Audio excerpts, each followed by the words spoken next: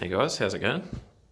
So I'm just about to do an oil change on the DR650 and I thought I'd take the front wheel off and the rear wheel off and see what kind of grease the factory puts on them, see if there's enough.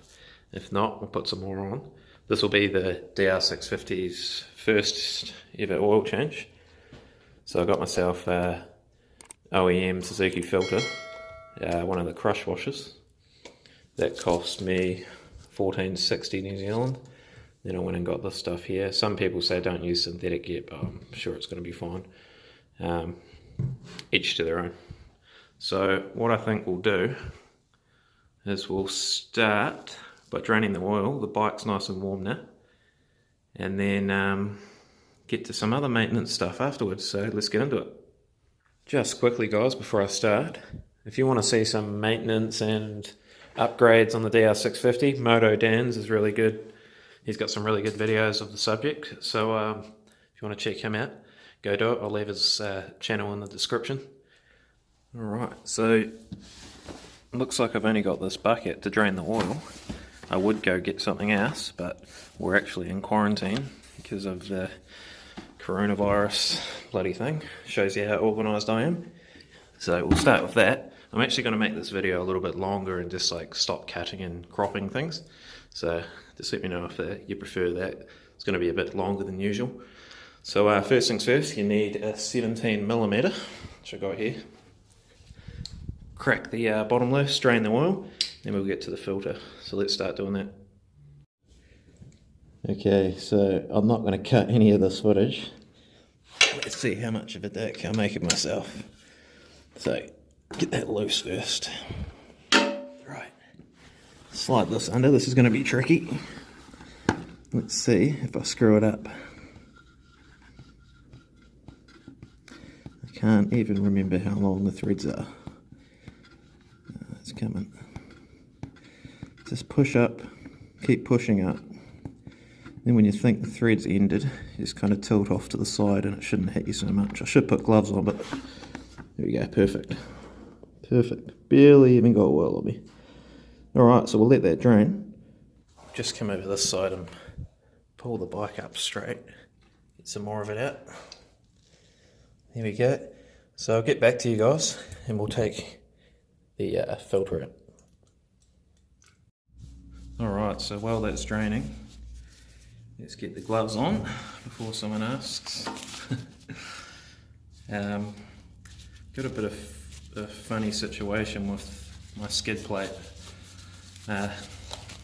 This one here, this 8mm here, I can't get it straight on with the socket, so I'll have to use a spanner on that one. I'm actually not going to use a torque wrench on this because I don't think you need to, honestly. I know someone's going to tell me off for that. I'm just going to use something small like this and just give it, you know, let it bottom out, give it another quarter turn. That's plenty.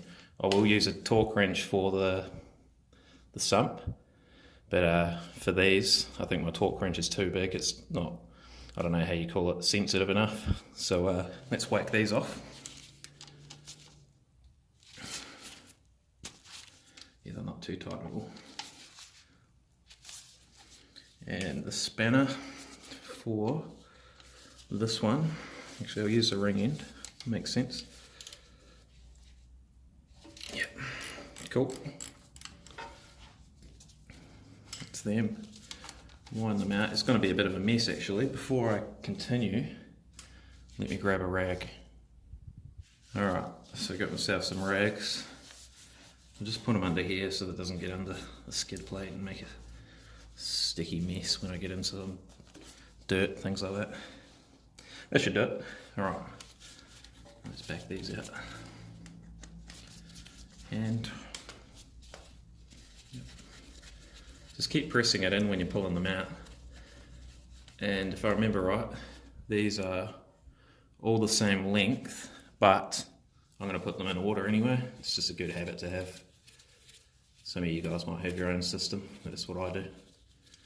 So put them on the floor in order. Last one. There it goes. Yep, they're all the same size. Got another rag, I might stick it under here because it is coming out already. Yep. mess. So you got your spring here, that goes on the cover, remember that? My O-rings came off, that goes off obviously on the cover. And then the filter comes out. Just remember which way it goes. Yep, I've made a mess, guys. But I'm not cutting any of this, so enjoy. You can laugh at me if you want. Alright, so what I'll do now is I'll just clean this up a little bit, put the sump plug back in, and then we'll get around to putting some oil in it. Alright, let's do it. Alright, let's just whack this filter on. Just make sure the surfaces are nice and clean. I'm not going to be changing the O-rings, guys, on the filter, because I just don't think there's any need, because the bike's only done 800 kilometers, 500 miles, something like that. So it's fine, guys, in my opinion. Let's filter it. Obviously, it goes that way. There's a wee O-ring in here, it sits over that. So sit it in there, like so. You can feel that O-ring. And then you get your cover. I'm guessing you guys can guess which way this goes. We'll put some oil on this O-ring here just to seal it better. So I'll put that on there and then we'll torque it up. Okay, so a little bit of the new oil. Doesn't have to be too much, I guess. Just to get it nice and wet. Make sure it's all clean, obviously, otherwise you're going to get leaks. Right, that looks pretty good. And back on we go. Make sure that spring stays where it's supposed to be. I can even see it from the side. Yeah, it's all good. Okay. So putting these back in to at least hold the filter in there. One. Don't want to let go of it now when there's one bolt in there. Make sure you try to get all of them in first before you let go of it. It's quite hard doing this kind of thing with a camera in the way. Come on. That'll do for now. Put this one in. That skid plate is a real pain, honestly. I don't know why they didn't put a notch here or something, just so you can get straight at it, but they didn't. Never mind. Alright, it's in now. Tighten them all up. And we're good. I'll just torque it down with an 8mm again. Nice, even. You can't really screw it up with 3 bolts. So we'll just get them even first.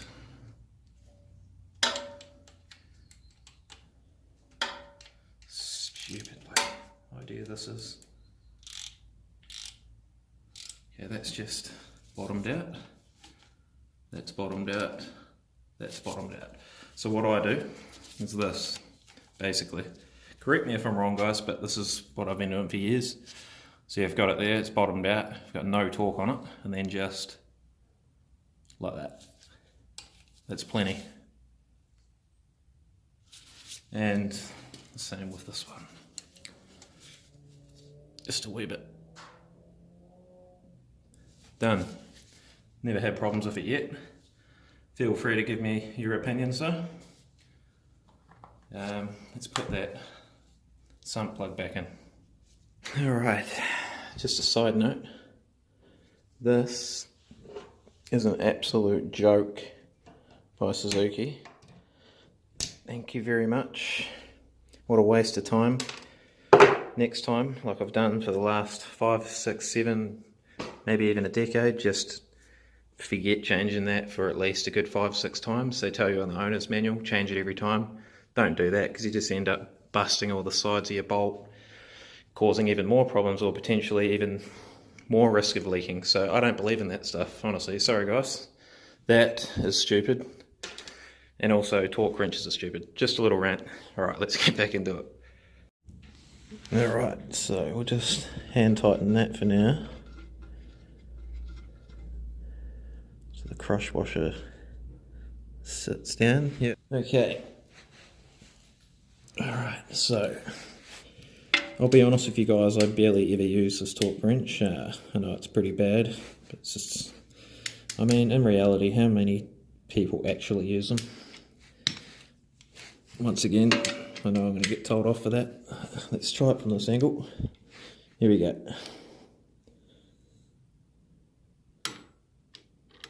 Honestly guys, you don't need a torque wrench. The only reason I had mine out was to, for the sake of this video. But look, I'm not actually putting much pressure on it at all. I can feel the crush washer crushing down. Still consistent torque. You'll feel when it bottoms out, and then just don't hang on it. Just give it a nice little tweak, and you'll be fine, I promise. You don't need a torque wrench, okay?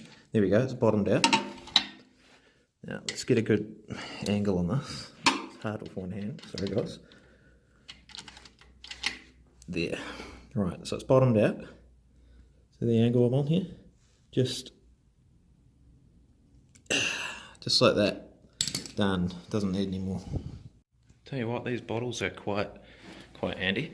So these are 1 litre. I've got 2 of these, and you may be thinking it's only 2 litres. It says 2.3. That's lying. They don't take 2.3. Every single time anyone's ever done that, they overfill them. So I'll show you what I mean. Put this 2 litres in. We'll run the bike, and I'll show you what level it's on. A lot of you guys will say it's because of residual oil. It's not. No matter how much you drain it, you'll never get 2.3 in there, unless you slightly overfill it. So, finish doing this, start her up and check the level. Okay, check to see there's no leaks. I've checked underneath, nothing's leaking anywhere. Fire her up. How am I going to do this with one hand? I'll see if I can get it under my chin. Hang on. There you go. And fire it up. Well, obviously the key is to go on. This is awkward. Cool. On. Let it run for a couple of minutes. Alright, so the bike's been sitting for about 20 minutes, 25 minutes. Let's see. That looks pretty good to me. It's just a fraction under, but I'm happy with that. That's plenty. Alright, so let's take these wheels off and see what the factory grease is like.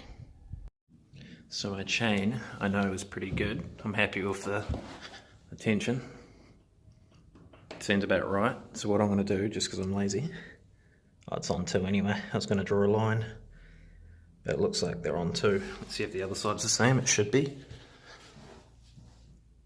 Yep, 2. So, just remember that when I put it back together. Make the job a bit easier, so let's get it off.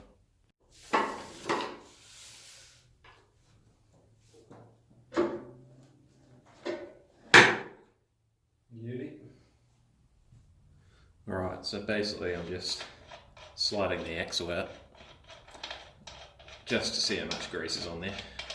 I'll do the same with the front too. Everything in order there. This should just come straight out theoretically. Let's see. Take some weight off the wheel. Yep, she's coming. Look at that. Oh man, they don't put much grease on there at all. Look at that, it's quite dry. So we'll put some grease on this and we'll just slide it back in. Peace of mind at least. I will check the linkage grease in the future, but for now the 2 axles will do for tonight. So let's just wipe this clean. Yep. Grab some grease. Don't be shy, just cake it on. Can't hurt. This is waterproof grease too, so That should be heaps. Alright, so I'll put this back on and then we'll go to the front wheel.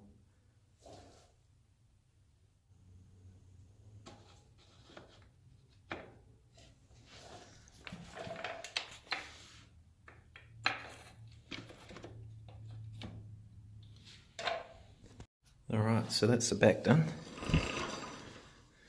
When I move to the front, I'll just move the stand up to the front of the skid plate so the front wheel sits off the ground.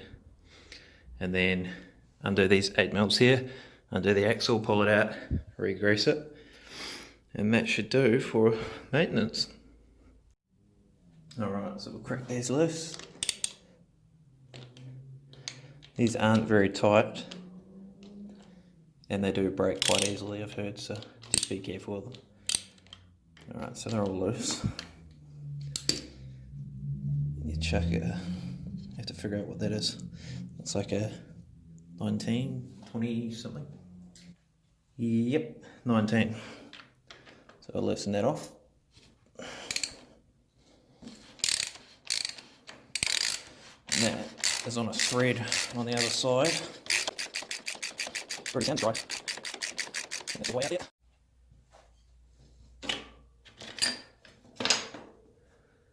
This one's got a light film of grease, but not too much. Anyways, wipe that off, put some new stuff on, put it back on.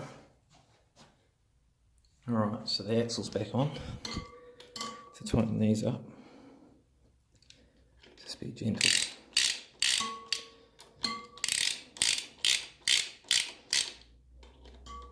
Crisscross pattern usually helps. Alright, front wheel's back on. Make sure everything looks and acts normal. And also make sure you do these up evenly. Spacing's pretty much the same all the way around.